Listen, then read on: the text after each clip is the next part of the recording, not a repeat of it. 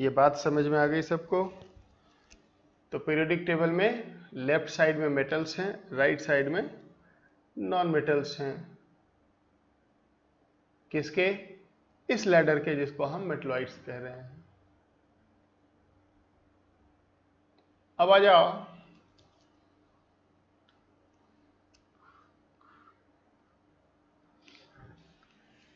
बात करते हैं वैलेंसी की जरा।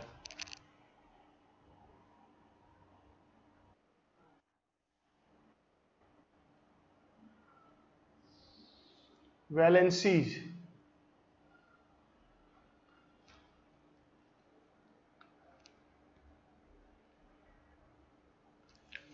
वैलेंसीज ये बेसिकली बताता है charge on free ions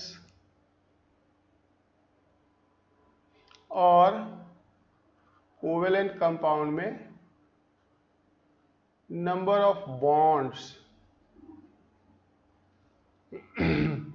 that an atom can form.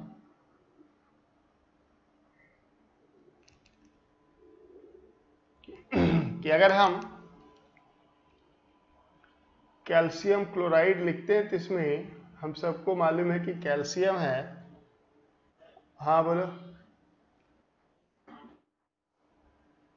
Ions और एटम में डिफरेंस क्या है? ये देखो, ये है सोडियम और ये है sodium ion. Ion which possesses charge, which bears charge, which hold charge। ये एटम है और ये, समझ गया ना?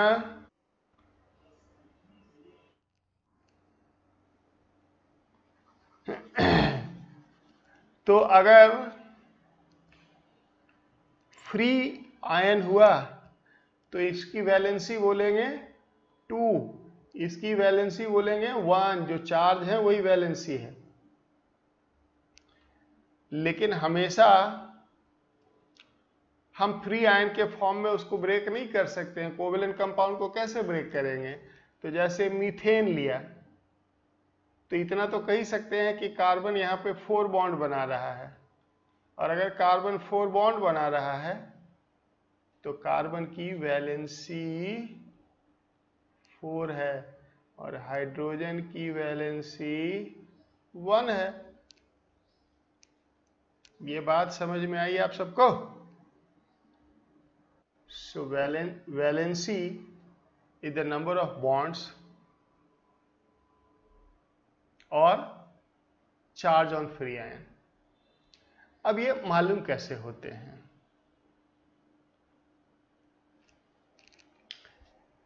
फॉर रिप्रेजेंटेटिव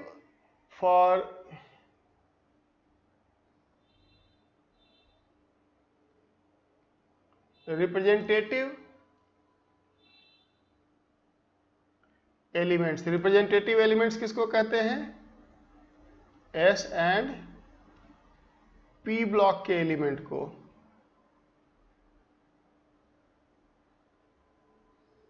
दैट इज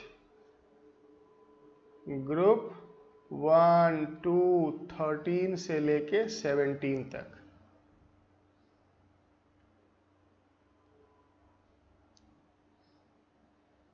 इनको कहते हैं हम representative elements.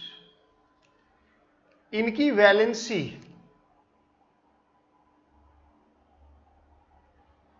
Valency number of valence electrons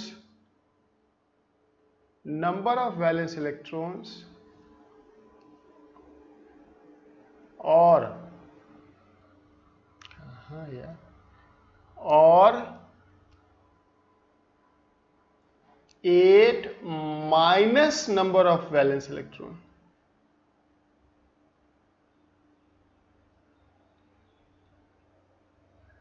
ये होता है, या तो नंबर ऑफ वैलेंस इलेक्ट्रॉन होता है या 8 minus number of valence electron होते हैं। जैसे अगर हम बात करें एल्यूमिनियम की, जिसका एटॉमिक नंबर है 13, 1s2, 2s2, 2p6, 3s2, 3p1,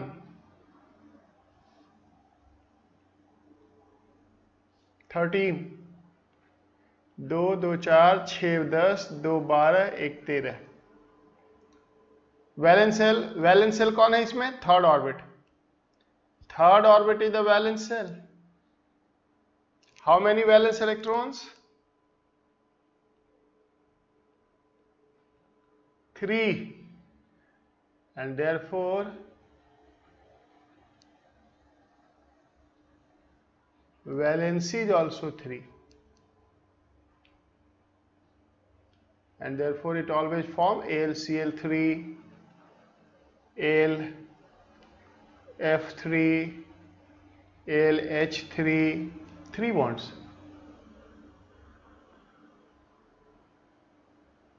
अगर हम बात करें ग्रुप 14 के एलिमेंट की, सिलिकॉन की, हाँ फिर से बोलो, क्या बोला? ना, वो Al2SO4 होल 3 होता है, Al2SO4 नहीं होता। इसमें भी वैलेंसी एल्यूमिनियम की 3 है। सल्फेट पे चार्ज कितना होता है? -2। अरे होता है ना बच्चे? अगर सल्फेट पे चार्ज होता है -2, तो जल्दी बोलो, जल्दी बोलो, ये 3 सल्फेट पे चार्ज कितना हुआ? तो 2 एल्यूमिनियम पे चार्ज कितना हुआ? 6। यानी एक एल्यूमिनियम पे चार्ज कितना है? 3। तो 3 तो है। 3 सल्फेट पे -6, सो 2 एल्यूमिनियम पे +6, सो पर एल्यूमिनियम 3। हम बात कर रहे थे सिलिकॉन की, सिलिकॉन की बात कर रहे थे। In case of silicon whose atomic number is sir आज की रिकॉर्डिंग सेंड कर दो प्लीज। क्या हो गया तुम्हें?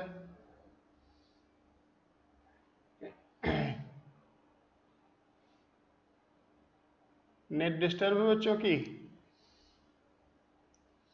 चलो भेज दूंगा रिकॉर्डिंग। कल वाला भी रिकॉर्डिंग रहता है, वो भी भेज दूंगा। ठीक है बेटा, भेजता हूँ। अभी जितना नेटवर्क चल रहा है उतना देखो, क्लास के बाद भेज देता हूँ। बिना एडिट किए हुए ऐसे डायरेक्ट ही भेज दूंगा तो तुरंत हो जाएगा। एडिट वेडिट नहीं करूँगा मैं, डायरेक्ट भेज दूंगा। इसी को जो अभी चल रहा है सामने, बिना एडिट किए हुए भेज दूंगा इसको, अनकट। सो सिलिकॉन 14, क्या इसका कॉन्फ़िगरेशन लिखेंगे? 1s2, 2s2, 2p6, 3s2, 3p2। Valence shell third orbit. How many third orbit? How many valence electron? Valence electron है 4, और इसलिए वैलेंसी है 4, और इसलिए सिलिकॉन हमेशा 4 बॉन्ड बनाता है, चाहे वो क्लोरीन के साथ बनाए, हाइड्रोजन के साथ बनाए, या फ्लोरीन के साथ बनाए। It always form 4 bond. समझ गए? लेकिन अगर बात करें नाइट्रोजन की, जिसका एटॉमिक नंबर है 15, 15 नहीं 7,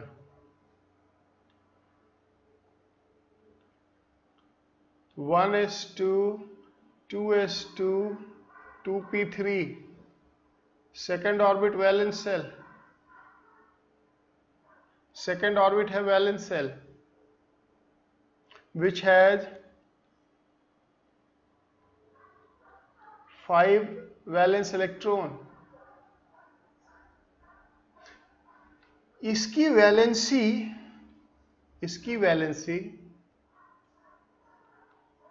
8 minus number of valence electron 3 होता है, यानी कि नाइट्रोजन यूजुअली 3 बॉन्ड्स बनाते हैं। नाइट्रोजन यूजुअली 3 बॉन्ड्स बनाते हैं, जैसे NH3 ऐसे, इसकी वैलेंसी 3 होती है। NCl3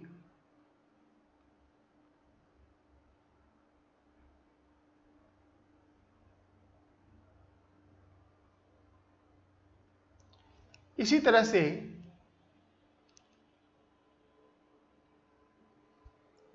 से ये तो ग्रुप 15 था।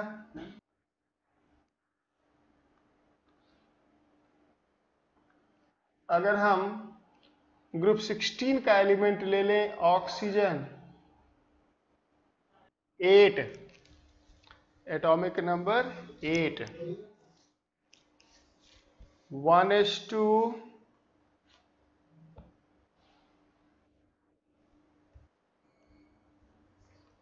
माइक बंद रखो अपना सब। ऑक्सीजन कहाँ चला जाता है ये इसका पॉइंटर?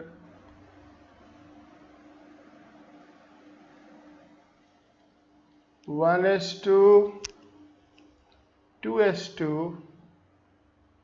2p4, देखो वैलेंस सेल है, सेकेंड ऑर्बिट, वैलेंस इलेक्ट्रॉन 6 हैं, लेकिन इसकी वैलेंसी 8 माइनस 6 2 होता है, और इसलिए ये हमेशा 2 बॉन्ड बनाते हैं।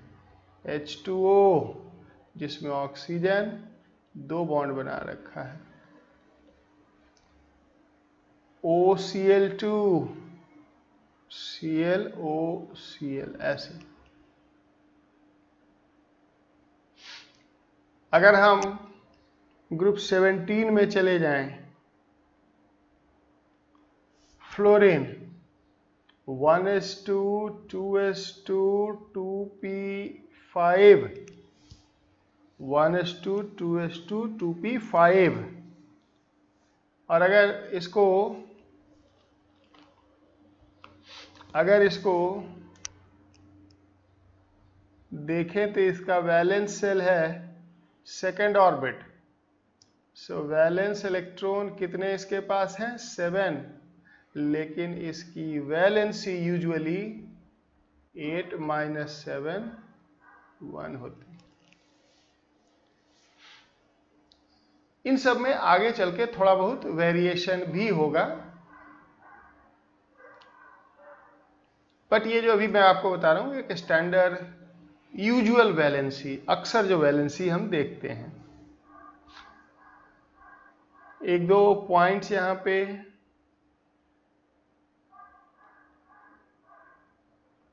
Valency of transition metals are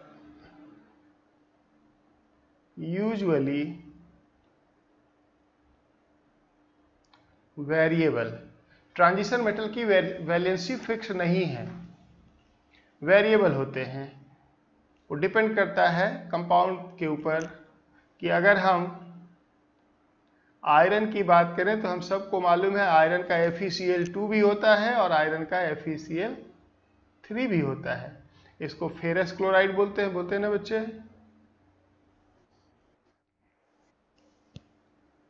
और इसको फेरिक बोलते हैं। यहां पे आयरन की वैलेंसी है 2 और यहां पे आयरन की वैलेंसी है 3। इसी तरह से मैंगनीज MnCl2 भी होता है, MnCl3 भी होता है, MnF4 भी होता है। अब देख सकते हो कि वैलेंसी यहाँ पे 2 है मैंगनीज की, यहाँ पे 3 है और यहाँ पे 4 है, और ये अप टू 7 तक जाता है मैंगनीज की वैलेंसी। तो ट्रांजिशन मेटल की वैलेंसी वेरिएबल होती है। तो ये एक बात हो गई वैलेंसी से रिलेटेड। अब आ जाओ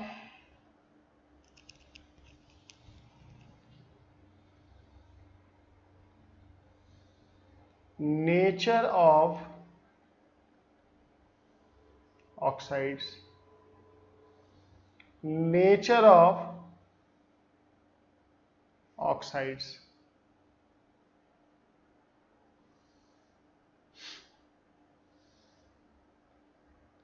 मेटल के ऑक्साइड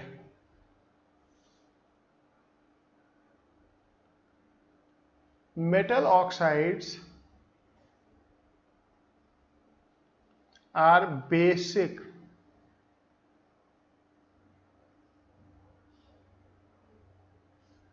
एग्जाम्पल लो,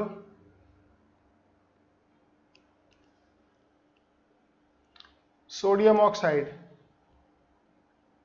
जब भी किसी ऑक्साइड का नेचर देखना हो तो उसको पानी पिलाना है, तो जैसे इसको पानी पिलाओगे तो ये तुरंत बता देगा कैसा है।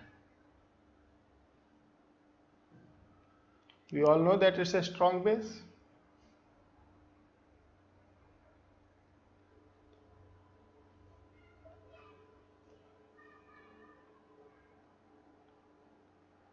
Strong base। इसी तरह से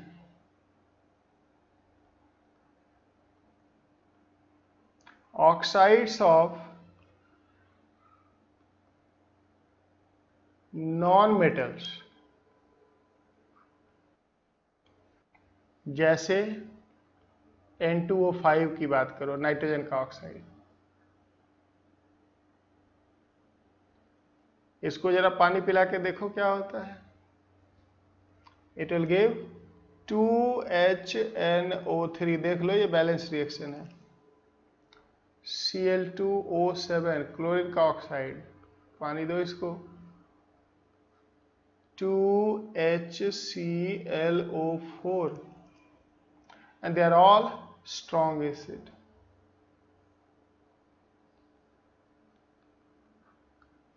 That means oxides of non-metals are acidic. Oxides of non-metals are acidic in nature। कुछ ऑक्साइड्स, नॉन मेटल्स के कुछ ऑक्साइड्स न्यूट्रल होते हैं। Some non metal oxides are neutral. याद रखना है, न्यूट्रल ऑक्साइड्स नॉन मेटल के होते हैं और उनकी संख्या सिर्फ और सिर्फ 5 होती है, only 5। CO carbon monoxide, N2O इसको बोलते हैं nitrous nitrous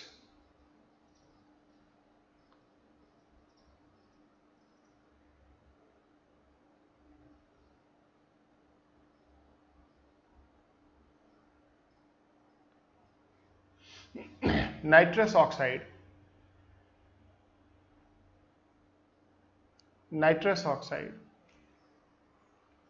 and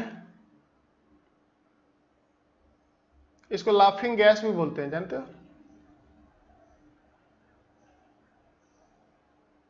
it's also called laughing gas. NO nitric oxide,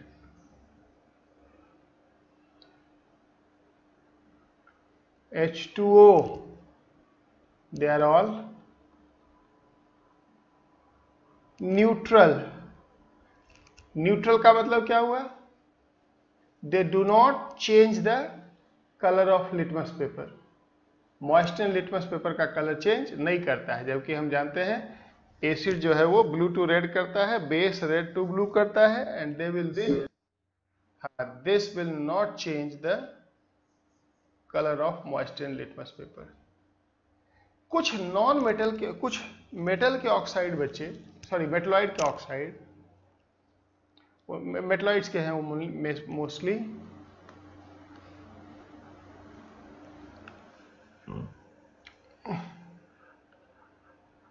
some oxides are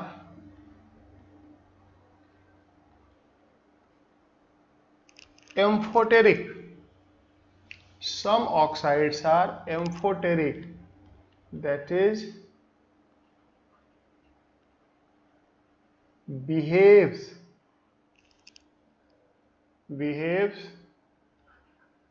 like both acid and base. उनके एग्जाम्पल बड़े लिमिटेड हैं,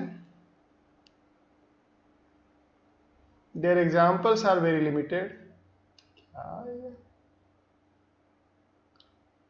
अजीब सी सिचुएशन है। रुको एक second.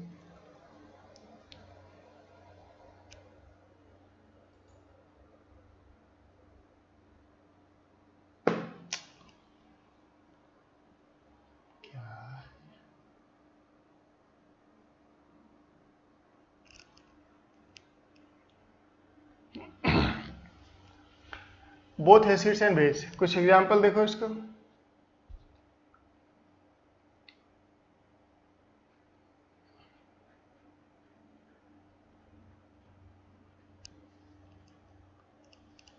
Aluminium hydroxide,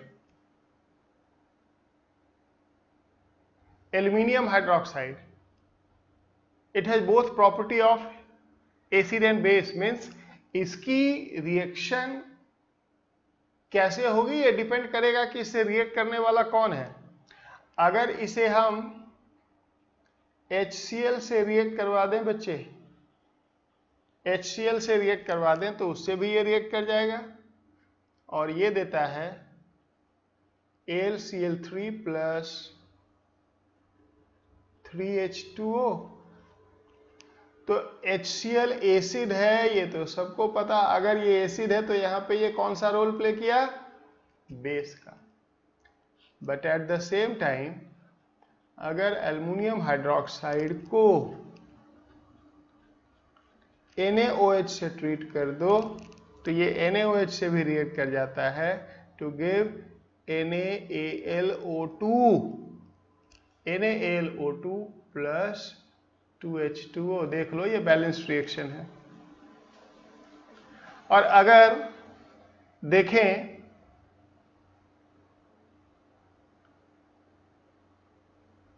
hand raise किया है,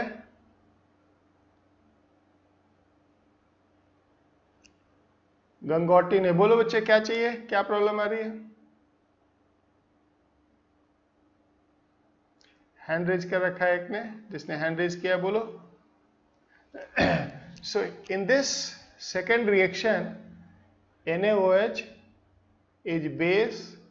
If it is base then definitely it is acid. तो इसका रोल कौन डिसाइड कर रहा है? ये दूसरा वाला कंपोनेंट। इसके पास दोनों ही प्रॉपर्टी है। अगर रिएक्ट करने वाला स्ट्रॉन्ग एसिड तो ये बेस बन जाएगा, और अगर स्ट्रॉन्ग बेस तो ये एसिड बन जाएगा। So aluminium hydroxide has amphoteric property, उसको क्या बोलते हैं? एम्फोटेरिक। और इसके अलावा एम्फोटेरिक कौन होता है जानते हो? बोरन हाइड्रोक्साइड, सॉरी बोरन नहीं, अच्छा सिलिकॉन वाला SiO2। फिर आर्सेनिक का ऑक्साइड, आर्सेनिक का ऑक्साइड H2O3, एंटीमनी का ऑक्साइड Sb2O3, टिन का oxide SnO,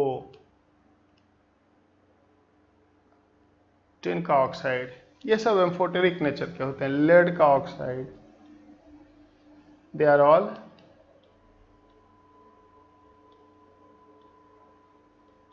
amphoteric, means they react with both acid and base. समझ गए? अब जरा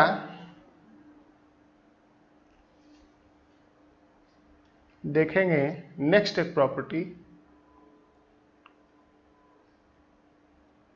नेचर ऑफ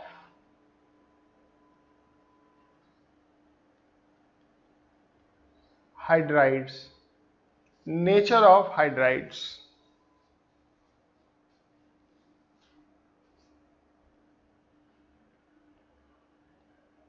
अगर हम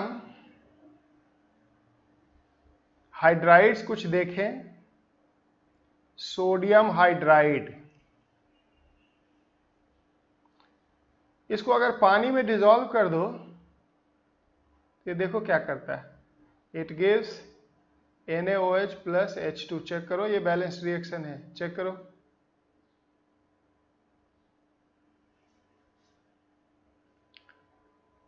है ना? इसका मतलब कि ये कैसा एक्ट कर रहा है? बेस। और सोडियम कहाँ है? ग्रुप 1 में, है ना बच्चे? और वहीं पे अगर हम देखें HCl, तो HCl को अगर हम पानी में डिसॉल्व करते हैं तो ये क्या करता है? ये बनाता है H3O plus plus Cl minus. इसमें HCl का रोल क्या है? एक एसिड के जैसा। इस रिएक्शन में HCl कैसे बिहेव किया? एक एसिड के जैसा। और Cl कहाँ है? ग्रुप 17 में। क्या कंक्लूड कर सकते हैं हम? कि left to right hydride basic से एसिडिक होते जा रहा है। हो रहा है या नहीं? इधर बेस और इधर एसिड, बीच में अगर देखो ग्रुप 14 वाला तो ये न्यूट्रल है।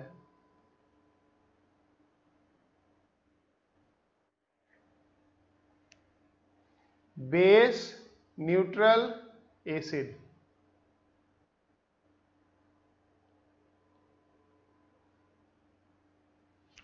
तो क्या कहेंगे? नेचर ऑफ, थोड़ा डिस्टर्बेंस है इसमें सिस्टम में।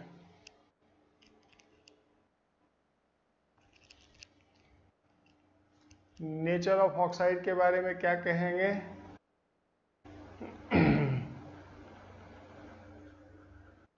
Nature of hydride, hydride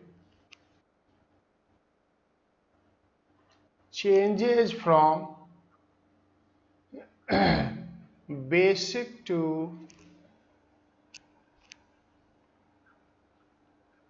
acidic on moving from left to, क्या चल रहा है? विशाल, आवाज नहीं।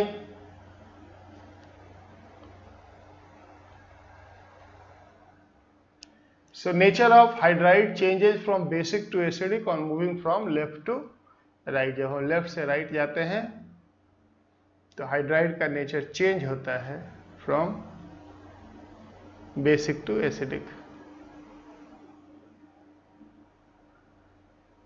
लेफ्ट में बेस, राइट में एसिड है। बीच में न्यूट्रल है। अब आ जाओ,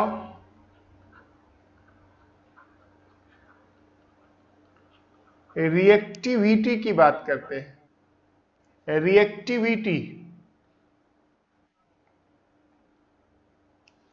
रिएक्टिविटी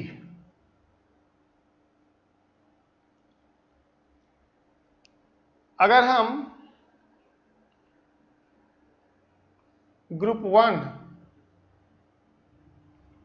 और ग्रुप 17 का एलिमेंट ले लें तो इसके बीच में सबसे आसान होता है रिएक्शन होना। लेकिन अगर ग्रुप 2 और ग्रुप 16 लें तो थोड़ा, हाँ हाफ है, तो थोड़ा मुश्किल हो जाता है रिएक्शन होना। अरे बाबा, एक क्लोरीन चाहिए ना यहाँ पे, तो एक क्लोरीन यहाँ पे Cl2 को 1/2 करोगे तभी तो 1 होगा।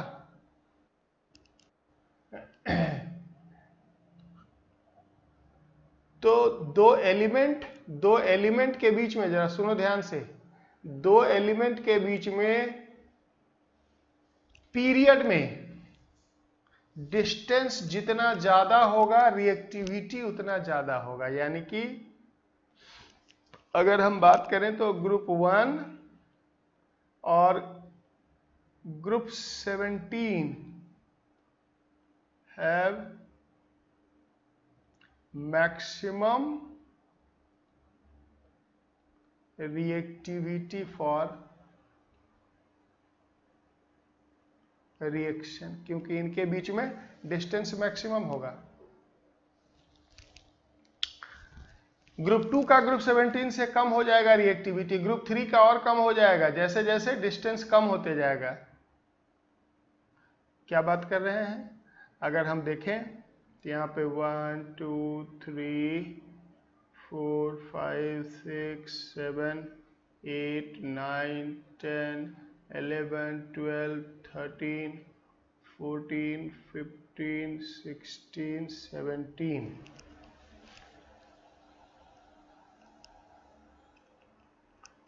यहाँ पे मान लो सोडियम है, मैग्नीशियम है, और इस सीरीज में इधर आ जाते हैं तो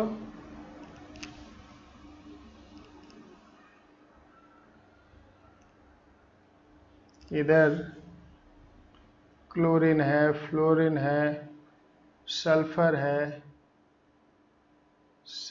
है, ऑक्सीजन है। तो जितना ये डिस्टेंस, क्या है, ये डिस्टेंस जितना कम होते जाएगा, हॉरिजॉन्टल डिस्टेंस जितना कम होते जाएगा रिएक्टिविटी उतनी बढ़ते जाएगी। जितना डिस्टेंस जितना कम होते जाएगा रिएक्टिविटी उतनी कम होते जाएगी। Greater the distance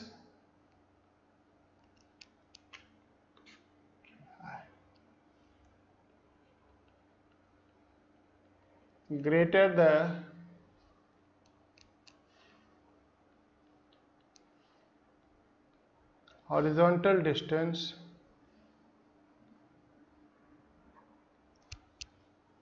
greater the reactivity।